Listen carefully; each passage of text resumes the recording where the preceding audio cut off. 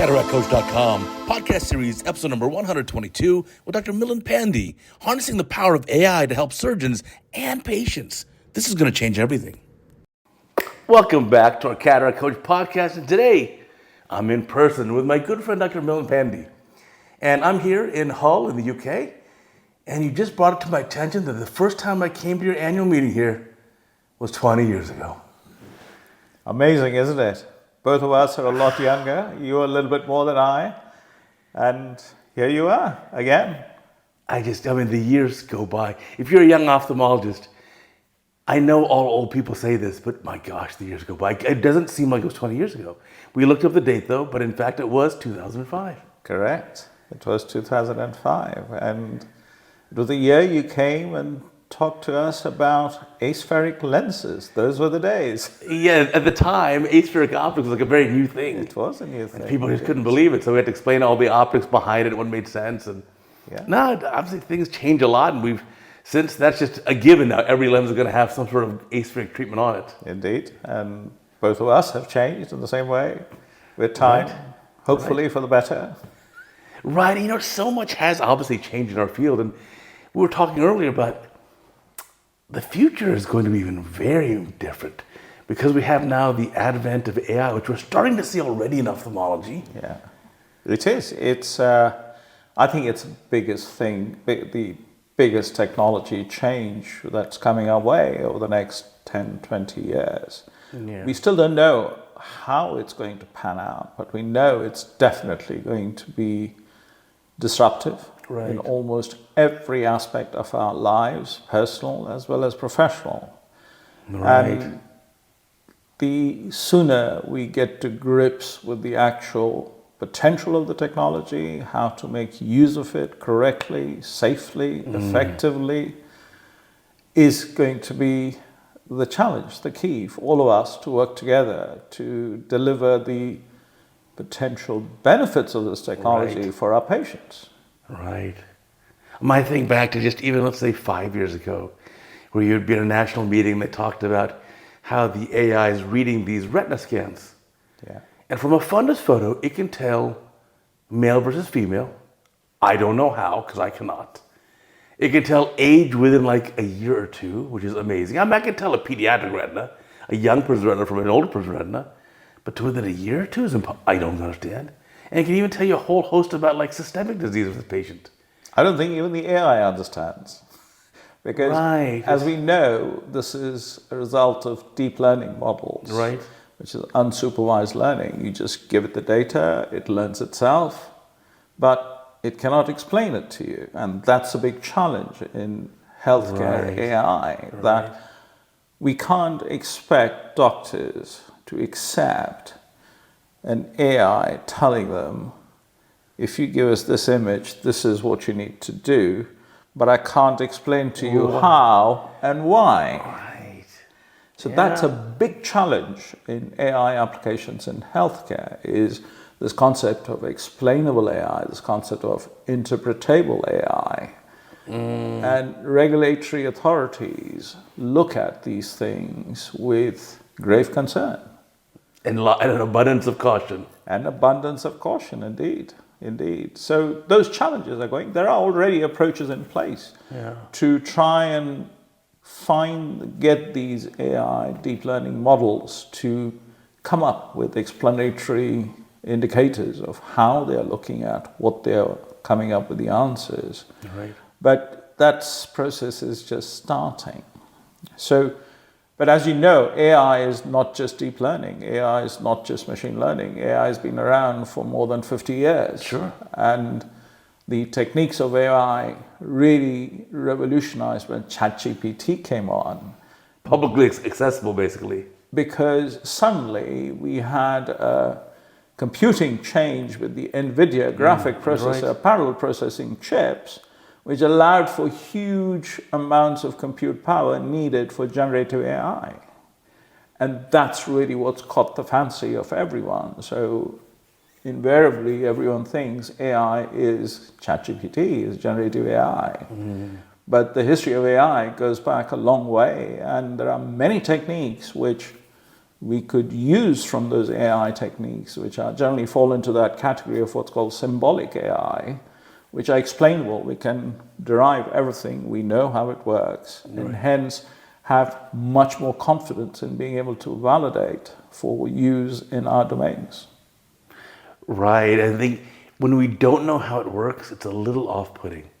Like, okay, I understand the AI for like the image thing of the retina is very accurate and it can tell me male or female. But how? Why? Teach me so that I can do that. But that's not the point, is it? There? No, I guess. It's the other side of the coin comes if, for example, we accept, okay, we don't understand what the AI does, we don't understand how it does, and we accept that AI's conclusions and act on it for our patients. Okay. Who is liable? Right. The AI, or is it the surgeon that's liable? Right. Or the doctor that's liable? So there is a big gap between what we call bench AI to bedside AI. Yeah, for sure. There are multiple areas of concern or validation that needs to happen before we can apply bench AI to bedside AI. And that's the reason why we have so few validated, clinically used AI systems currently. It'll change as we get better at doing this, but we're just starting on this journey. So it's very exciting. Yeah, but I think it's going to be always the surgeon is the captain of the ship, and it's always your fault. Absolutely. I think we're going to fall into that.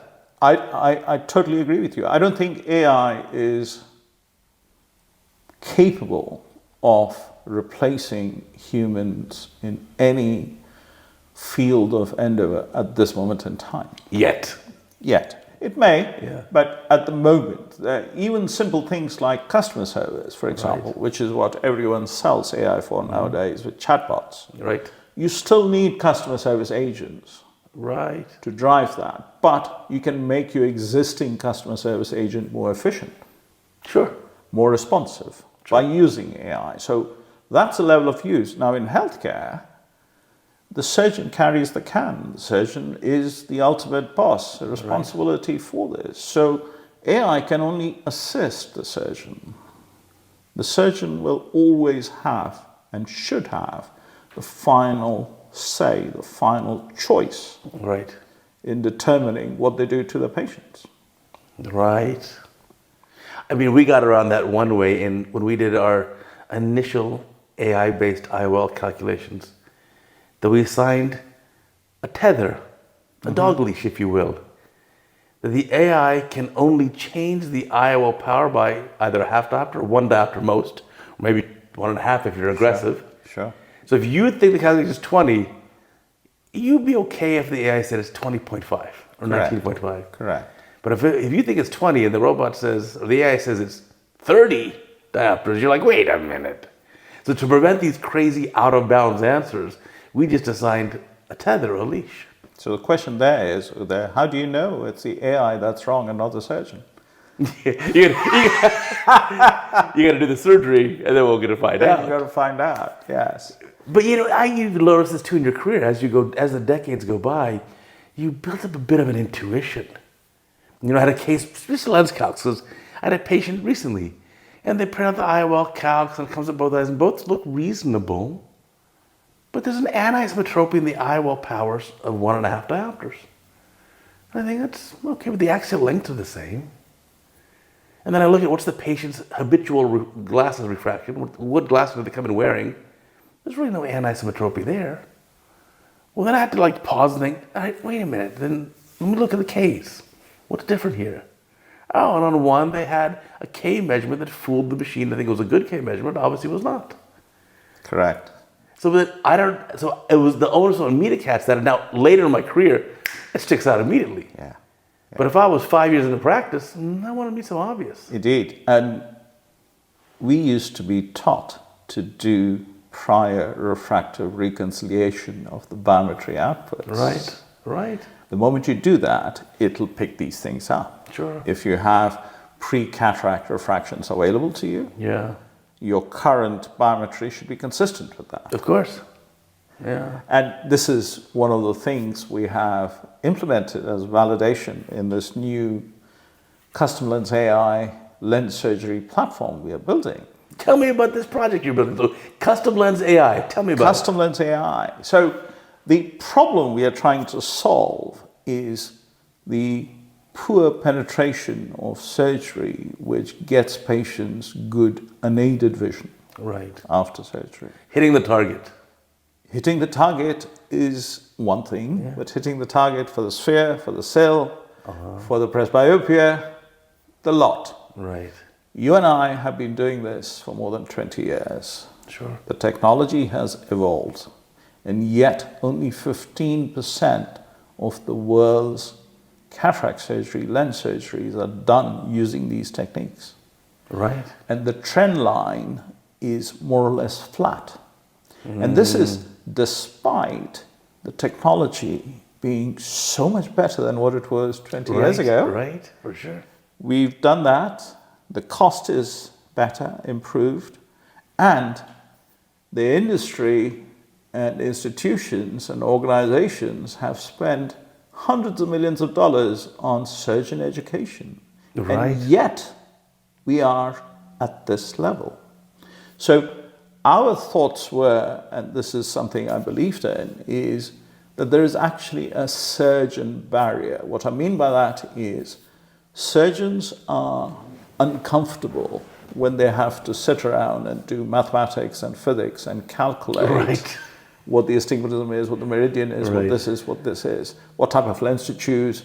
And the second aspect of the challenge comes in setting patient expectations in a confident and accurate and realistic manner. Sure. So those were the two components we identified as what we call the surgeon barrier. So we designed an expert system with predictive AI combined, which automates the full surgical plan. So a technician will enter the history, the clinicals, the examination, the diagnostics, whichever you want, lifestyles, everything. And we've generated the custom lens algorithm, which generates the full, what I call the surgical prescription, which is every bit of information you need to go and do surgery. So it's like a work order for the surgeon to go and execute in surgery. It'll be the incision, whether it's a corneal incision, the meridian of the incision, what type of lens, the actual model, the spherical power, the post-op, the toric power, where do you put the lens, if it's a toric lens, at what meridian, what anesthesia, and what kind of unique features that particular eye has. So the works. The works. And hence it's called the surgical prescription. Right. And the second algorithm we've developed is what we call the panfocal algorithm, which is based on a unique way I developed about 10 years ago to measure functional vision in my patients. Okay. And I used to use that to drive the full surgical process. And what this involves is we measure the functional vision in 3 dimensions. Okay. The first dimension is visual acuity. Standard, still acuity, okay. But it's visual acuity in distance, intermediate, near photopic, and near mesopic. Oh, okay, so a lot more data. A lot more data. The second dimension is objective task assessment. So my patients would sit in the clinic and look at a standardized page on a desktop, on a laptop, or an iPad for intermediate vision tasks. And we gave them 4 different nature of reading tasks to do. All right. Which was a newspaper, Harry Potter, a shiny Vogue magazine, as such. And it was, what was the 4th thing I forget? Newspaper, Harry Potter, that. There was a 4th element to this. Maybe a computer screen or an iPhone or something, but... Yes. But so different types... Different types, because they all have different contrasts. Right. And we capture this data, monocular, binocular, photopic, mesopic. For the visual acuities, we capture unaided, distance corrected, fully corrected. Oh, okay. Okay. And the third dimension we capture is the patient's own perception of their vision without glasses. All right. For distance in good light, distance in poor light, intermediate, near good light, near poor light. There are a ton of data. Ton of no data. Wonder that's why you need the AI to analyze all the data. And with these three dimensions, what we found was I could describe to a patient, and the patient will understand very clearly where they are with their vision in terms of the ultimate aim of getting our patients to good vision without glasses from infinity to 40 centimeters in a continuous manner with the highest binocular contrast and the least amount of dysphotopsia. So we have this data set going back from our patients with different lenses, with different techniques or combinations and everything, in order to be able to predict that if you use a particular surgical plan, your patient will see this at the 95% probability. Wow, that's spectacular. Because we set that threshold to be clinically relevant. 95 is very impressive. Because, you may not realize, a lot of ophthalmologists, I'd say most ophthalmologists in the community, are not even tracking the outcomes of cataract surgery. They just kind of guess, no, they're most of my patients are unplanned. No. Truth be told, I think nationwide in the US, for surgeons using advanced biometry, it's about 70% of patients are plus or minus a half diopter of target. Yeah. And that's just fear. Forget SIL or anything else. And hence this thing of, in the UK, the Royal College of Ophthalmology runs an annual prospective national ophthalmology cataract audit. Okay? More than 150,000 or huge number of cases it's done. That definition of postoperative visual acuity is any of the following: unaided vision, best corrected vision, or pinhole vision. Well, they're so different. How do you compare those? Whatever is available on the record is what it turns out to be. And the best of those. And in spite of this loose definition, 1/3 of eyes in this year's audit did not have any postoperative visual acuity recorded. Any. And this is an improvement from 50% 2 years ago. Wow. So when you do the literature search for real world data on unaided vision, it's amazing how little there is. Right. We have unaided vision data coming out from the lens studies, regulatory studies, but in these audits, not really. Not really. Wow. And this is even for distance. Sure. Forget about the rest of it. So when we talk of spherical equivalence as plus minus 0.5%, that doesn't correlate with unaided vision. You need plus minus 0.5 for sphere and SIL. Right, yeah, for sure. And we know that even in the best hands, only 80% get to plus minus 0.5 on the SIL front. Yeah, for sure. So when you combine the two, so this is, I believe, this is the biggest unmet need in lens surgery. We got to get the word out then. Indeed. 30 million procedures done a year, of which more than 22 million people are what I call it, condemned to spectacles. Yeah. Think of the person in the low-income countries who cannot afford surgery, is given surgery as a voluntary free thing. The WHO standard for good surgery is 618, 20/60 with glasses. 20/60, wow, okay. With glasses. So Best corrected, wow. So the person cannot afford surgery, you do this, you give them a pair of glasses, guess what happens in 6 months when the glasses crash and they're back to square one, they can't afford it. So even if, and these people use monofocal lenses there, right? So even if we get that group of people to the driving standard of vision without glasses, which is eminently feasible, imagine the change in their life and the quality of life that we can achieve. Right, of course. Yeah, it was huge. And you just got to do it smarter. That's all. Right. So the challenge for us really is when we do these type of surgeries, the process we have is difficult to scale up efficiently. And that's why it has such a low penetration. Exactly.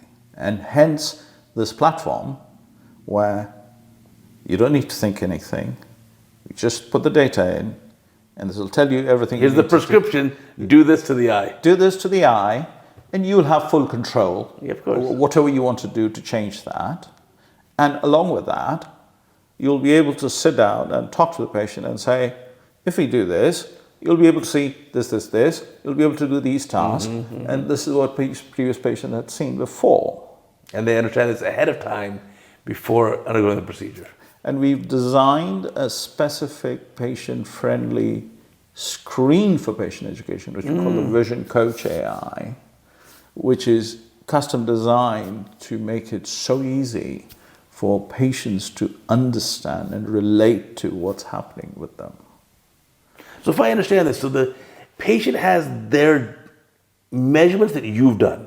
So you have all this biometry, axial length and Ks and AC depth and topography and tomography, everything. The patient then also gives their input in terms of a questionnaire and how do I use my eyes, my needs for my vision, what am I willing to tolerate? And then the custom lens AI will put all this together, set a patient expectation, and give you a prescription that say, if you do this, patient's going to be happy. Exactly. Oh, make it so much easier. It will be, yes. And along with the inputs you outlined, we also capture the full clinical history and examination. Right. So it is a lens surgery platform. You don't need to use any other electronic health record for your lens surgery. All done there. If you wish to do this. Because the aim is we want people to, and this doesn't finish at surgery. We then have a surgical record which bring in, and then a post-operative records which we've designed in such a way to drive the second eye choice of IOLs.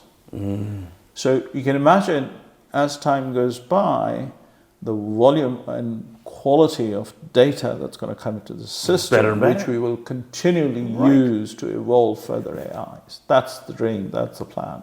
Right, it'll get better and better. You go through the first thousands or 100,000 patients, it's okay, here were the accuracy of the refractive side, here's the patient's input in terms of how their visual is afterwards, and you keep honing it better and better and better. So you hone not only the accuracy for the prescription that the surgeon will do, but you hone the accuracy of the expectations you'll set for the patient. Exactly. And we've got a full outcomes analysis system built into this. Plus, we would be able to generate after the event what may have happened if an alternative strategy was used for that patient. Well, so that's very interesting.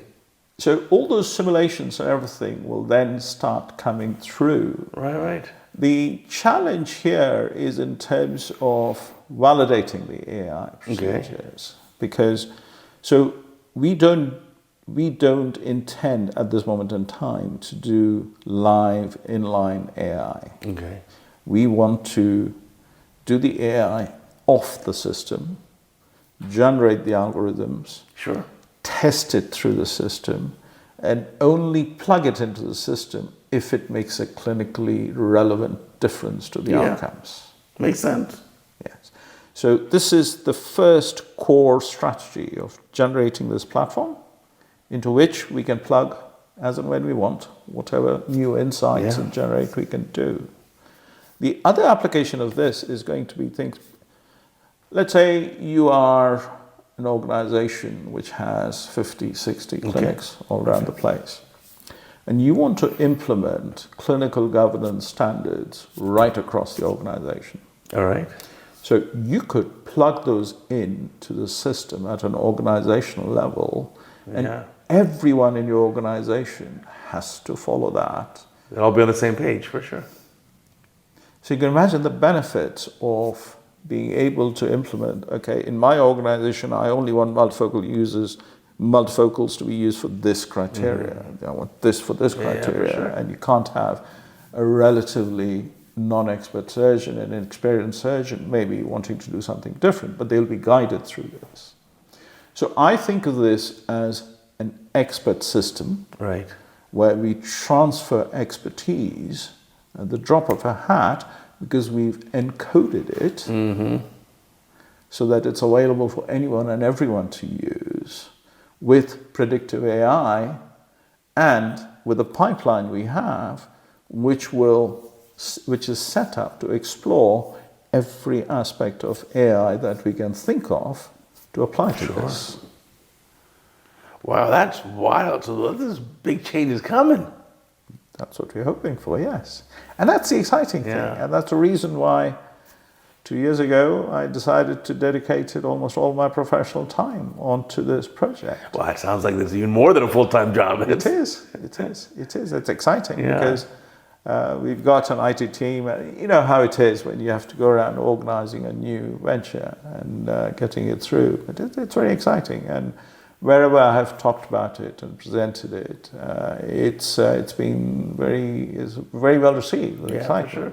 So we are now started. We've done the first platform. We have started the algorithm validation and beta testing, because the first step we want to do is we want to validate that our custom lens algorithm, which generates the surgical plans, thinks the same way as some of the best experts on the planet. Sure.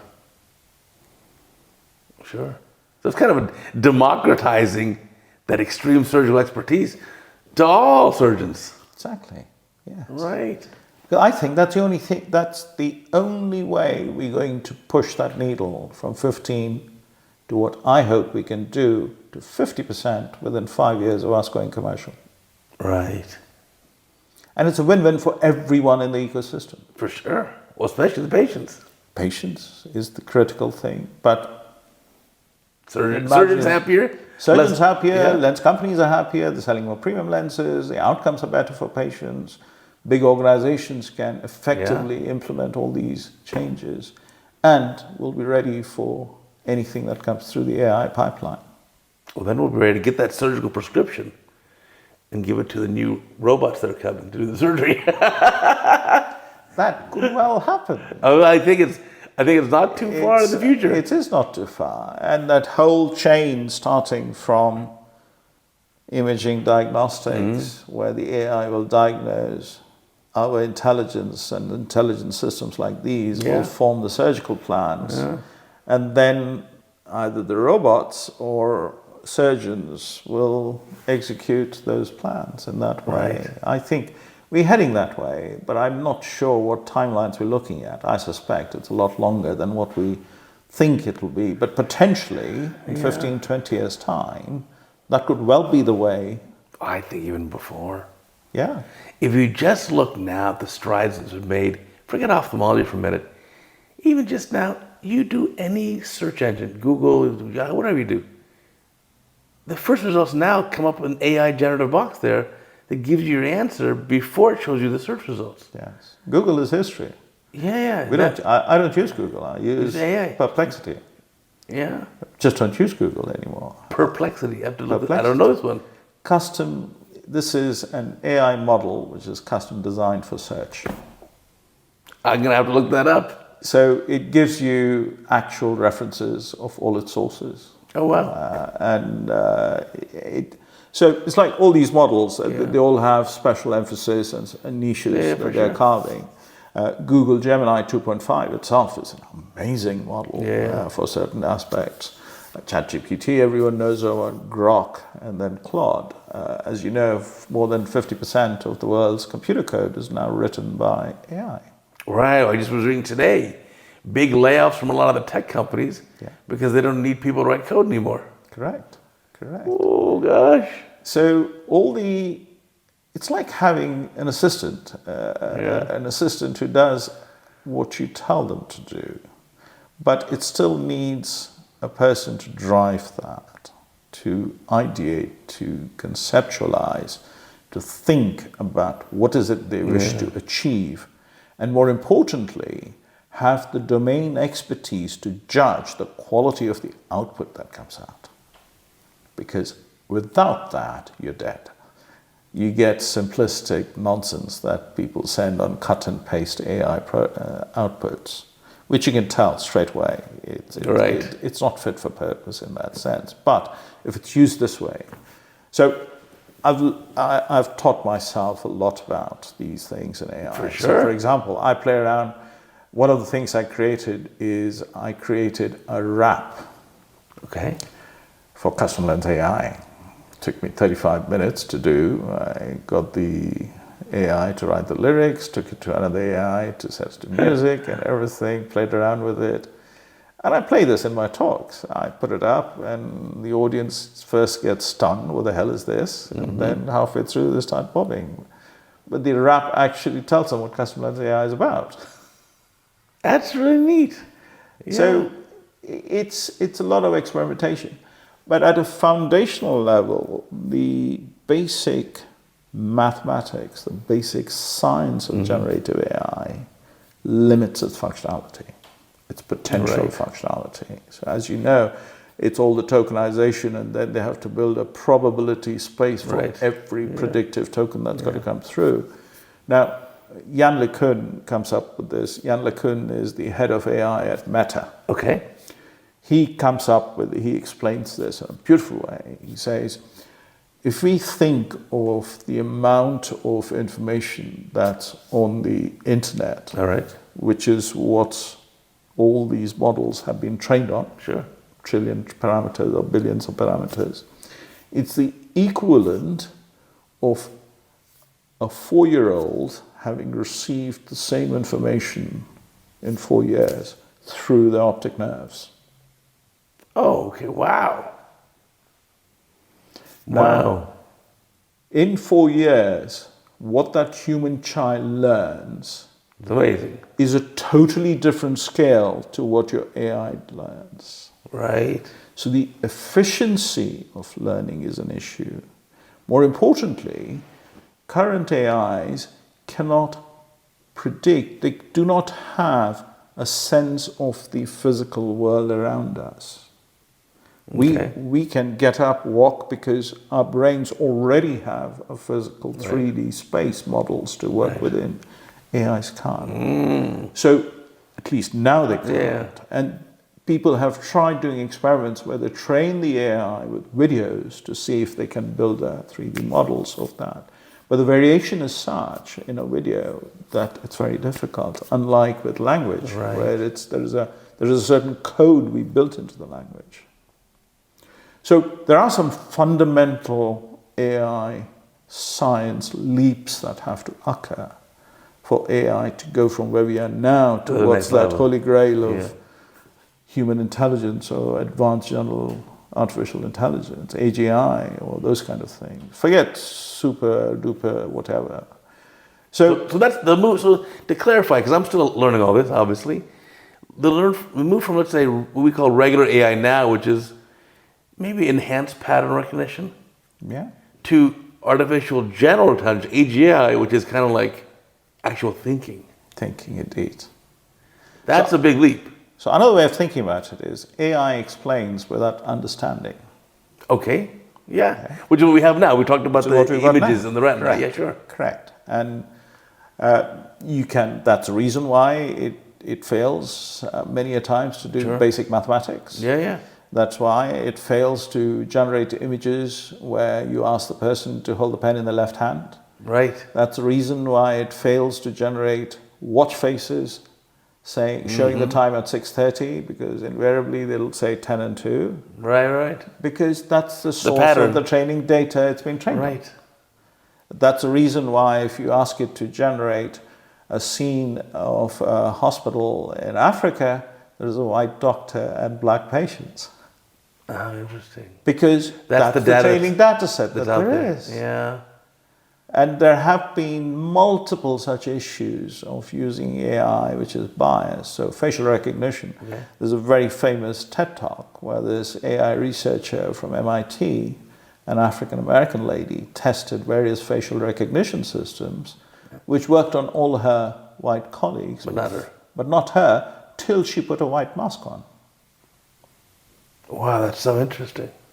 The facial recognition systems that were implemented by law authorities in the states and various different states was error prone. And as a result of that, it gave totally wrong answers in recognizing African American faces. But because of the police force not being trained properly to use those systems, they did what the computer told them to do. Oh boy. And you get so there is a big issue with the hype. Yeah. And having realistic expectations and understanding the limitations of what AI technology can do currently. Until we recognize them, we will never be able to use them consistently in a safe manner for our patients. Yeah, I mean, there are a lot of ethical considerations coming up with AI that I don't know if we fully thought through. I can't see how we can think through it because we don't have the full flavor of what this technology will get us. It's like 25 years ago, the internet was just starting in its current form. No one would have predicted all the social media hype and the Web 2 and the Web 3 and the metaverse and all these things that evolved. They did. We just at the start of this. Yeah. I mean, again, it's hard to predict where it'll go. We see little examples, like we see the videos that were generated by AI. If you look at them from a few years ago, they looked very crude. True. But I saw one recently that could have fooled me. True. So in the future, can you just have an AI write a beautiful story, ChatGPT or whatever, and then have the video AI make it into a movie for you? Do I need a movie studio? Do I need an actor? I think you do. And the reason for that is AI will only be able to get you the average output. It's the difference between having someone who really is at the top of the game and can pick up just by feel, this is slightly different, this is slightly different, if you do it this way, if you do it. So that excellence, which requires individual variation based on non-tangible, intangible things, that will always be there. So that level of expertise is always going to be valued, recognized. It's the average things, it's the things that anyone does on a formulaic basis. They will be the easy stuff to replace.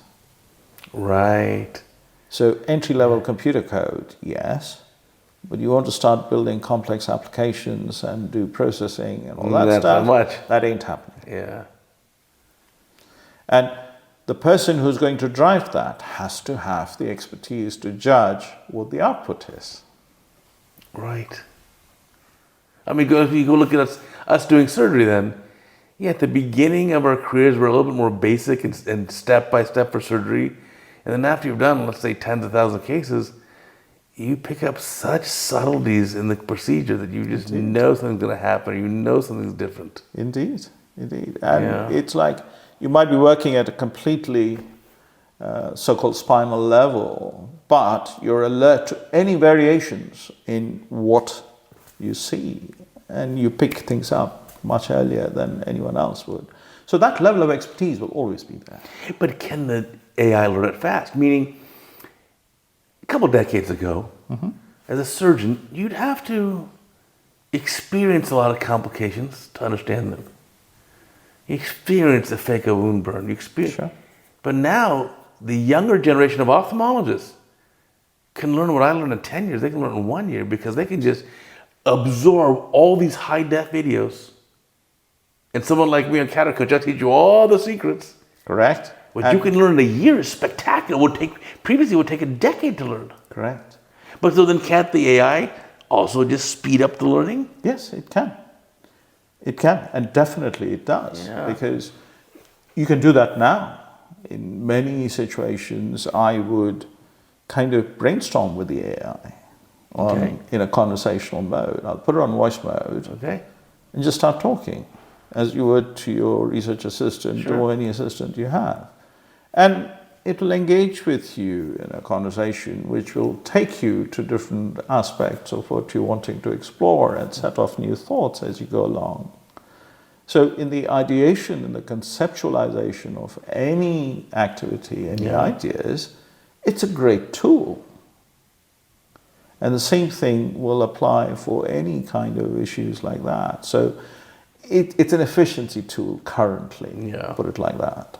Okay, it's an efficiency tool. But it keeps evolving. It's getting better. It keeps evolving, and it will get better. And it is getting better because they are now combining the generative AI with the reasoning models on top, which is the old symbolic style AI, to build these agents who can actually start doing some stuff for you at a relatively independent level. All right, tell me the truth. How many more years do I have to make Cataract Coach videos? Because now, in the future, you have your AI can watch 10,000 videos, pick up all the subtleties. It'll learn from the way I've done the voiceover already. It could do a voiceover for a video that I give it in my own voice. How many years away is that? 5 years? I think most of that you can do now. Now? You can do. It's capable of doing that now. The challenge is the compute power. To learn from all those videos. That's hard. That's hard. That's hard. It's a lot of computing. That's a lot of computing. And to try and do that with the current mathematics of building up probability spaces where your AI has to predict this next video frame or the video pixel that comes in. Can you imagine the compute power required? Well, okay, look at this. Let's just look at regular HD, 1920 by 1080. So the video, each screenshot is 2 megapixels, 2 million pixels. Correct. And they're, let's say, 30 frames a second. Yes. So that's 60 million pixels a second you have to analyze. And that's just pixels. That's just the pixels. The patterns in the pixels and the interrelationships of those pixels which generate the images is a different scale altogether. Then that's how amazing are our brains that we can sit here and watch this and take in that mega amount of data so fast. And filter it and sieve it and make patterns. So my latest insight in neuroprocessing and brain function is this concept of what's called a predictive brain. Okay. I don't know if you've heard of this. I don't even know. Tell me, what's a predictive brain? So, and I wish I had one. Oh, you do have one. It's so this is. I always thought our senses sent us the sensory information. We create a very good idea of what's around us and environment. Our brain then filters that whole thing and then decides, based on our prior experience and our thoughts and whatever ideas we have, what we've learned from the past, in what is the next action, most appropriate action to carry out. Okay. But that's not how it works. No? No. What the brain actually does, because that's a very slow way for it to do. By the time it's decided the action and executed it, the environmental conditions change. You're too late. So what it actually is doing is it is predicting what's going to happen in the next millisecond in the environment on a continuous level. And it makes corrections to those models as it goes along, as it receives feedback on its actions. Because that's much more quicker. Because imagine, if you have to execute something, let's say, just for giving you a silly example, you see a tiger. Okay. You want to run, that's the first action. But by the time you've thought, oh, this is a tiger, I need to run, and start your body priming out for the run, it's too late. Okay. So it is building this thing and it's getting your body ready for action that it decides is appropriate for that predicted model and keeps on doing that. So when you train, your brain learns to be more accurate in its predictions. Yeah, okay. And that's how you learn. So the more times you do the same action effectively, you're giving the brain more and more time of learning of the same set of circumstances, which then becomes much more confident in its execution, and hence the actions. You see this in sports. When you repeat the same thing over and over again, you see with us. Exactly. Well, even if I'm doing routine cataracts, so if you're learning from case 1,000 to case 5,000, you learn so much, even if 99% of the cases are routine. Absolutely. Absolutely. And Yeah. it's that. And that brings out a different aspect of understanding of learning, because we remember only bits of our past history, because we can't store every bit of information. Yeah, too much. So we have to make a turn of meaning, a sense of what we see or what we think we see. And the same thing happens when you do surgery. You know, when I sit and as a trainee or whatever, when I watch you do operations, when someone else watches someone else do operations, they're picking it up. They're learning as they go along. But they can't learn everything. They can't remember everything. So that you make a heuristic, you make a rule that, okay, if this happens, this happens. Yeah. This is from your past experience. Okay, that's your learning. Right. Now, if you've made the wrong meaning out of that event, the next time you apply that, you'll end up with the wrong action. Well, yeah, for sure. And the research shows in the surgical complications field, obviously, is that the factor that determines poor outcomes from surgical complications is the wrong choice of action, not the execution of that action. So you capsule brakes, and then the wrong actions, I pulled out of the eye. Now, no matter what you do, you're behind the 8 ball. Exactly.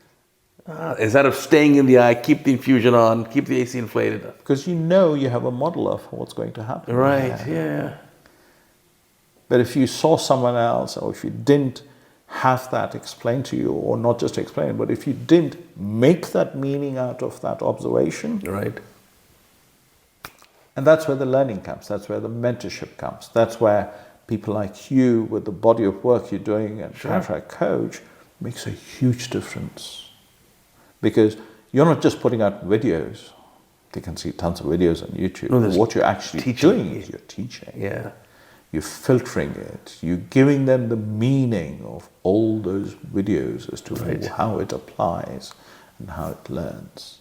Yeah, you're so right. Because there are other videos online that I'll watch of cataract surgery or other eye surgeries that are just the video and that are not annotated. There's no talking in them. Yeah. It's far less learning. It is. It is. And it's tougher to learn than the other way around. It's far less, yeah. So, but again, this is the technology of learning. This is AI that'll come into education. It's coming in now. So far, the AI in education is all the university students who get the assignment, generate a chat GPT output, give it to the professor, but then the professor uses AI to check it. To read it and grade it, and then send it back. And you know, I saw this post recently that sometimes we can't, even the AI detectors aren't even that good. Like the AI detector was given the USA Declaration of Independence. Sure. It came back that it was 99% AI. And there was no AI in 1776. And we know that. Right. That we think there are these AI detectors, but they're totally inaccurate. It's nonsense. You can't rely on them. Yeah. You can prompt AI to humanize content. Right. Easily done. Instead of asking it to write language purely on probability, you can personally train your AI. So you could input all your written information or whatever that you've generated into that. It'll learn from that, and the tone it'll come with is what you wish to do. So all these things make the AI thing interesting, fascinating, great potential. It's how we harness that potential sensibly is the challenge. And yeah. Well, going back to your question on the ethics, I mean, I guess the surgeon's really at fault, but then if you look at how far self-driving cars have come, now, a self-driving car now, like a Tesla, is actually pretty reasonable. Not perfect, but there are actual self-driving cars that are driverless in Los Angeles. Yeah, I've been in one. The Waymos. The Waymos. When I was in LA for the ASCRS, I tried it. And not just tried it, I tried grabbing the steering wheel just to see what it does. And it really told me off. You're very brave. But then the question is, okay, the Waymo's in an accident. The Waymo hits a pedestrian and injures a pedestrian. Who's at fault? The owner of the Waymo is at fault, essentially. Yeah. But the question really comes, would that accident have happened, or the chances of that accident happening, would they have been more or less than what the Waymo was if a human was driving it? That's hard to say, right? That's hard to say. That's hard to say. Well, and then, like you said, there's something to be said for experience. We know for sure in surgery, a complication is far more likely to happen in a young surgeon's hands compared to an experienced or seasoned surgeon. Indeed. And it's the experience. Yeah. But I don't think it's just a number. I'm sure you've sat with starting surgeons or relatively inexperienced surgeons. For more than 20 years. Within 2 cases, you see those people whose hands are just exceptional. Mm-hmm. I call them hands positive. And then you also see the other end of the spectrum, which is hands negative. Yeah. And the majority are people in the middle. Right. But you can pick up the extremes very easily. Yeah, for sure. But the middle... Within a few cases. Exactly. Yeah. Within a few cases. And it's that middle which forms the bulk. And they are the people who will grow and learn and teach and pass on the traditions as we've received it from our seniors. So let's brainstorm. Yeah. Decades into the future. Patient still develops cataracts, so we haven't figured that one out yet. We don't have the magical drops. I hope not. So the patient gets their eye scan in your clinic. It's all automated, all super high tech. Patient obviously gives their input. You get a prescription for the patient, like you talked about. The patient gets realistic expectations. Hopefully by then we have accommodation, the coming lenses. Yeah. The robotic cataract surgery machine will do the whole case. Mm-hmm. What's our role? Hold the patient's hand. But even that will be replaced, I think. And that's something which we seriously need to consider in terms of the full healthcare ecosystem. Because if you look at the trend over the last 50, 60 years, let's say the healthcare money pie is shared between the industry, which supplies the tech, the doctors, and the facilities, the hospitals and all. Now, over the last 50 years, the proportion that's been going to the tech and the industry is climbing, for sure, as is the facility, and the squeeze is on the doctors. And that's because the cost of new technology comes up, the cost of regulations and running hospitals and those facilities goes up. That trend is just going to accelerate. Oh, even worse than it is now? Even worse than what it is now. Oh. And with AI, it could well hit an inflection point, maybe 10, 20, 40, 50 years from now, where, you could consider surgeons to be perhaps doing something similar to what Uber drivers are doing now. Oh, wow. An aggregator may turn up, which aggregates the whole lot. Wow. It's a wild way of thinking it. It's impossible to predict, but when you're predicting in these kind of timescales, you can only speculate, you can only fantasize if you ever think of it that way. Yeah, we could, wow, be a different world. It'll be a different world. It'll be a totally different world. And imagine the companies who will be controlling that ecosystem. They won't be the medical device companies, they'll be the tech companies. Right. Our patients will be, we complain about Google doctor patients. Right. This will be worse. This will be incredibly different because our patients will be so much better educated themselves with the AI. Well, luckily we're not there. I've had patients email me saying, "Doctor, I have this and this. I don't quite understand this. I looked it up in ChatGPT. Here's ChatGPT's answer." And I'm like, "Oh my gosh! Now you want me to have a conversation with you about what you found on ChatGPT?" She's like, "I don't know if the juice is worth the squeeze at this point." No, but you could come up. You can think of coming up with systems in AI which actually provide credible education to patients. Yeah. They will be incredibly useful for us. If we get educated patients, a much better patient than someone who doesn't. And we spend so much time in educating them. Right. So any help in that direction will be useful. And I suspect humans by then will also have a different mindset of interacting with technology and healthcare, and the expectations will be very different to what you and I and our patients are looking at. Wow. Yeah, I don't. Maybe we won't need so many ophthalmologists in the future. You won't need so many surgeons, period, or physicians. Certainly, right now, if I was a radiologist, I'd be panicking. If I was a purely diagnostic radiologist doing no procedures, primary care physicians. Wow. Yeah. There are already chatbots who will do quite a lot of that work. Right. The challenge for the AIs is going to be the emotional side of it. You know, that care element, which as doctors, that's hard.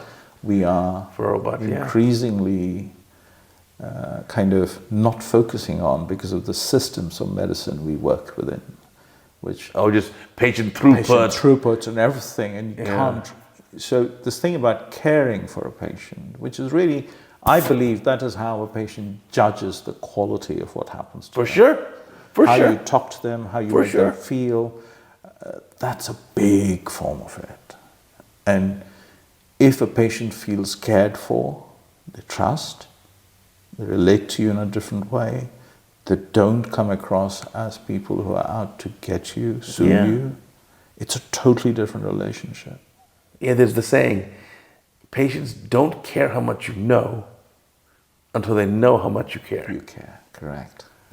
And I totally get it. And sadly, the systems are making that more challenging for doctors to do that. But it is the most critical part of it. And that will be the biggest challenge for AI to offer. Although there are some elements of that people are trying now. So as you know, there are tons of AI apps where you can have AI girlfriends and boyfriends and to talk to for emotional support. And they won't give you any grief. You can switch them off whenever you want. CBT, cognitive behavioral therapy for anxiety, for depression, all these things are being delivered through, or at least people are trying to deliver these things through AI. Behavior modifications. Wow. The AI will love you more than your kids do. But luckily we still have dogs. Dogs will always love you more. Absolutely. You could have AI dogs too. Wow.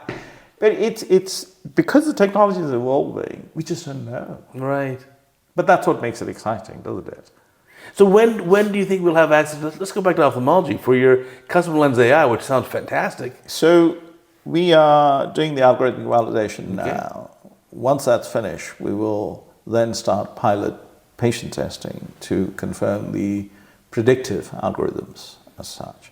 So with a bit of luck, everything going to plan, first quarter next year, we should have the product ready to go commercial. Wow, that'll be great. We are in the process of going through regulatory approvals in the States, in the UK and Europe. The States and the UK, we anticipate from our consultants first quarter next year. Wow. Europe sometime end of next year. That's the plan. And that's where we are heading to at the moment. Will it be specific then to each country? Like for me, don't give me a prescription for an IOL that's not FDA approved, right? So the algorithms, one of the things that I was very keen to implement is I didn't want a system which dictates to the surgeon what to do. Okay. And as you know, there are many areas of our practice where there is no hard and fast hard and fast scientific evidence that you must do it this way and not this way. So all those gray areas. Judgments. Yes. All those gray areas, we make the surgeon choose those parameters as preferences. Mm-hmm. And the algorithms run within those boundary conditions. So you could choose any lens you wish. You could choose any lens combination strategy you wish. So I do binocular customization. So I start off with every patient as being eligible for every lens. All right. But the key objective, the universal objective for every patient I would treat is I want to get patients a binocular vision, 6/9 or better, 20/30 or better, from infinity to 40 centimeters in a continuous manner, not up and down. No dead zones in the vision. No dead zones in the vision. Okay. With the highest binocular contrast and as minimal dysphotopsia as you can. That sounds fantastic. Wow. So I believe that's what all our patients want. We can get to. Okay. And we can get to this more or less binocularly with current technology. Sure. Monocularly we can't, but binocularly we can with our current technology. So I tend to mix lenses. So for the last 10, 15 years, 10 years maybe, I've hardly ever used binocular multifocals. Wow, that's something different. Because...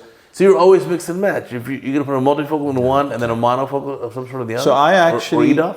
I don't call it mix and match. So the way I classify these various strategies for lens things is, the first thing is, I put the same lens in both eyes. Okay. That's one strategy, the commonest strategy. Right. Now, my take on that is you put the lens in both eyes, but the patient can still tell differences between the eyes because the outcomes are slightly different. Right, always. So just because you put the same lens doesn't mean you generate the same retinal image. Right. Okay. Then comes this mix and match approach. You say, but what you're doing there is you predetermining what you will do in the two eyes. Okay. In the dominant eye, I do this, and the non-dominant eye, I do this, and that's fixed. What I tend to do is what I call binocular customization. All right. And that strategy is based on how we use the interpatient variation of outcomes to maximize the... So, for example, if you use an enhanced monofocal, let's say the eye hands, for example, you put it, and I know about 30% of eyes with the eye hands will read very well. Yeah. But I can't predict which ones. Right. So let's do it, find out what happens, and then design a strategy for the second eye to get to that binocular objective of generating the best visual overall percept rather than thinking of lenses. So if you put binocular multifocals, your brain never receives the high contrast image from any eye. From either eye, yeah. So when it fuses the two and does what it does, there is a limitation to what it will lift it up to. Sure. There's a great paper by Hayashi and from 2011 where they call hybrid monovision, where they tested dominant eye monofocal and a multifocal in the non-dominant eye. And they tested the visual acuity, contrast, and everything. The visual acuity profile is the same as the multifocal. Really? The binocular contrast in photopic. Same as the monofocal. Same as the monofocal. Because the fusion brings it up. So the brain picks out whatever it needs for each eye. It picks the data. Correct. So you can get the range without necessarily compromising the contrast in both eyes. Because you end up with a better binocular contrast. The same thing happens, for example, with when we do monovision. Okay. So if we keep the two eyes within a diopter of each other, sure, it's physiological. That's not monovision. I call that nanovision. Okay, just to differentiate. But the key feature is, if you keep the two eyes within a diopter, the binocular contrast is higher than monocular contrast in each eye. because you get fusion. Right. If the disparity goes beyond 1 diopter, you get retinal rivalry. Right. And the binocular contrast is in fact reduced compared to any eye, till it gets to about 2.5, 3 diopters, where you get retinal suppression, because the difference between the two images is so much that the brain says, let's shut one down, and the binocular and monocular contrast is the same. So very interesting. I never really thought about that way. But the catch you have now, though, when you put a monofocal in one eye and a multifocal in the other, and you got to make sure the patient is not going to use their hand to cover one eye, cover the other, and go back and forth and make themselves crazy. So that's setting patient expectations up front. Right. So the way I call this as think vision, not lenses. Okay. Because our patients understand vision. Our fellow doctors and others struggle with the optics of intraocular lenses to try and explain it. How can we expect our patients to understand that? Right. And you have to think in terms of binocular visual perception, not individual eye lenses. Right. So we should think more like we're doing vision surgery, not just a lens surgery. Correct. So we are actually designing retinal images in each eye to maximize that binocular vision percept.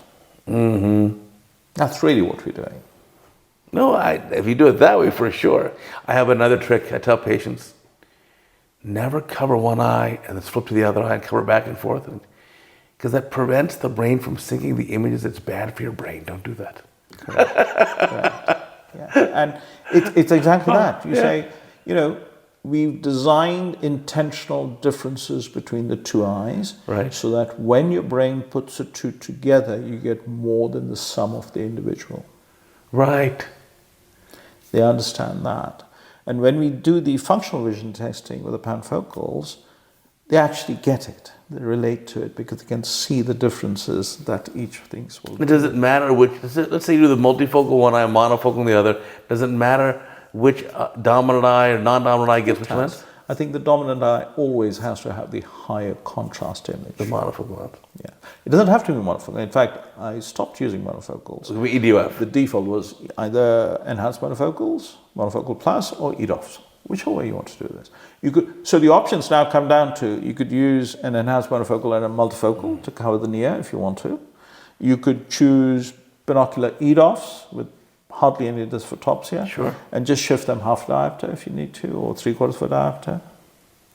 Makes sense. So there's hardly any space where you need to use binocular multifocals. Right. But yet that's the way we're actually, in the USA, most commonly doing it is, you want multifocals, both eyes plano with the same lens. Correct. And that, I think, is driven by the system. Because there is this whole premium lens thing, for which you can charge and drive the systems that way. When I used to practice, in my practice, we had one price. Right. Irrespective of the lens. So you got to make them happy. That's most important. We give you the best vision. Yeah. How we do it is my job. I'll tell you how and why, but that's how we do it. So it doesn't matter if it's a monofocal with monovision, right, or whatever, whether it's a femto or a manual or whatever. No, we do the best that's possible for your eyes to get you the best outcome. Right. That's what you come to us for. Not a pizza menu from which you choose lenses. Now, with all this kind of neat way of teaching these advanced concepts, you have started a deep dive meeting. I want to talk about this. Tell me about this. So we're participating, for me, the first time this year, a deep dive day. Tell us about this day. So the deep dive day, really, I thought, hey, Uday is coming.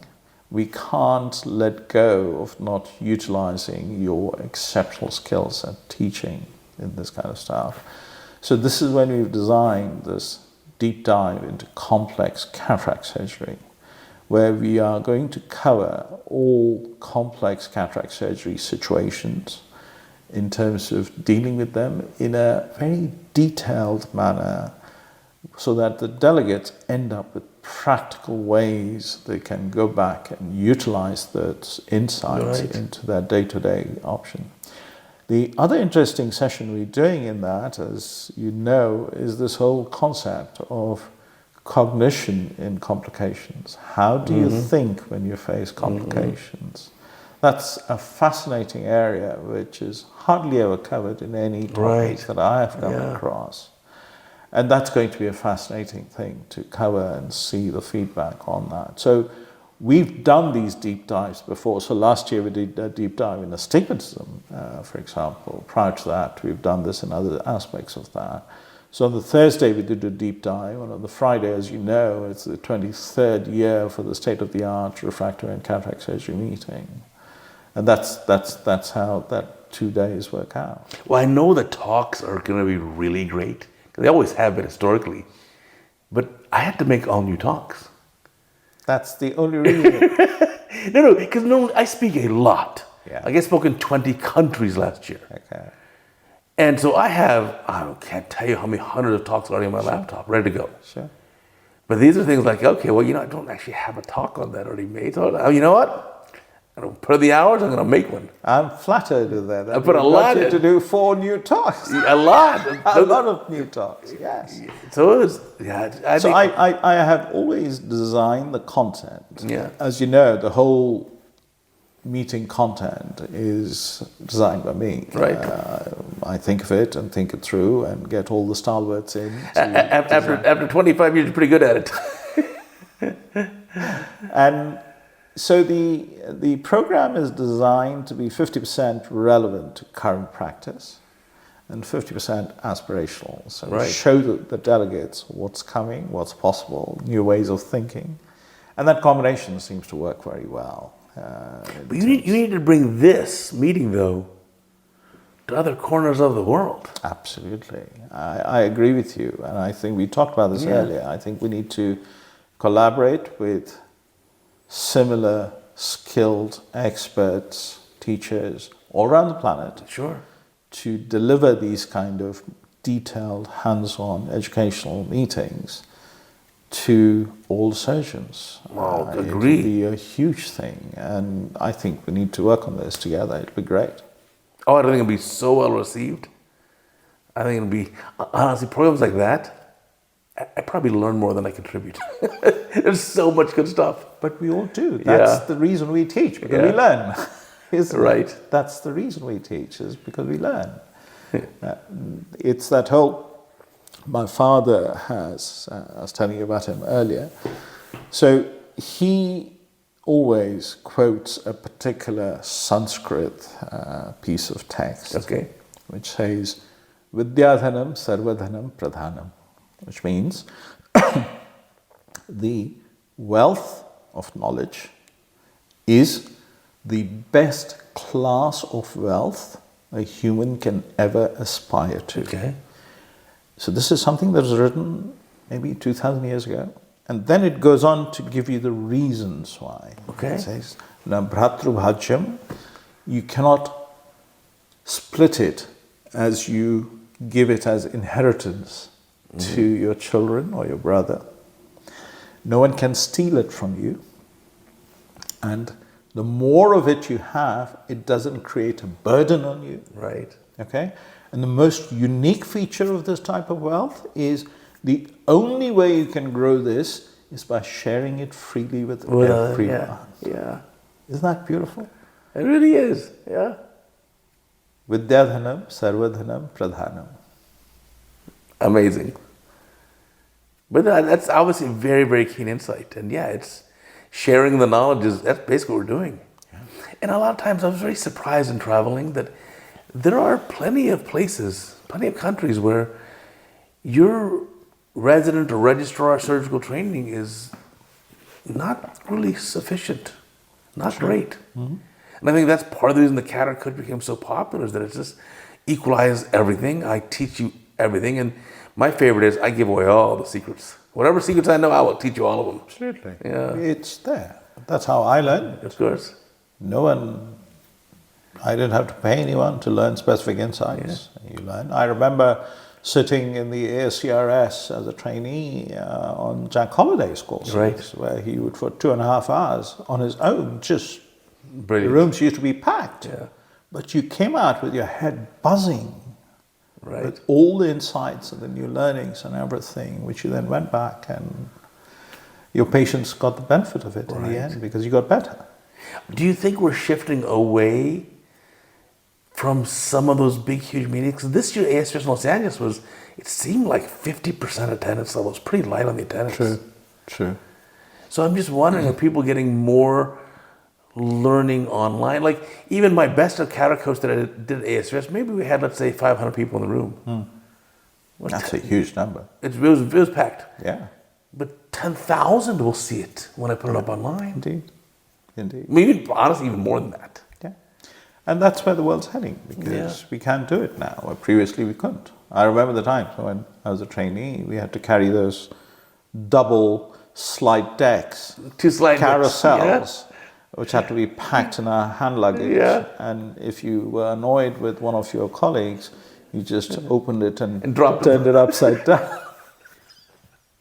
Or, like, actually, when I started ophthalmology, they had just started to phase that out. I was one of the very first presenters who I presented everything on PowerPoint, and they were like, whoa, no slides? Yeah.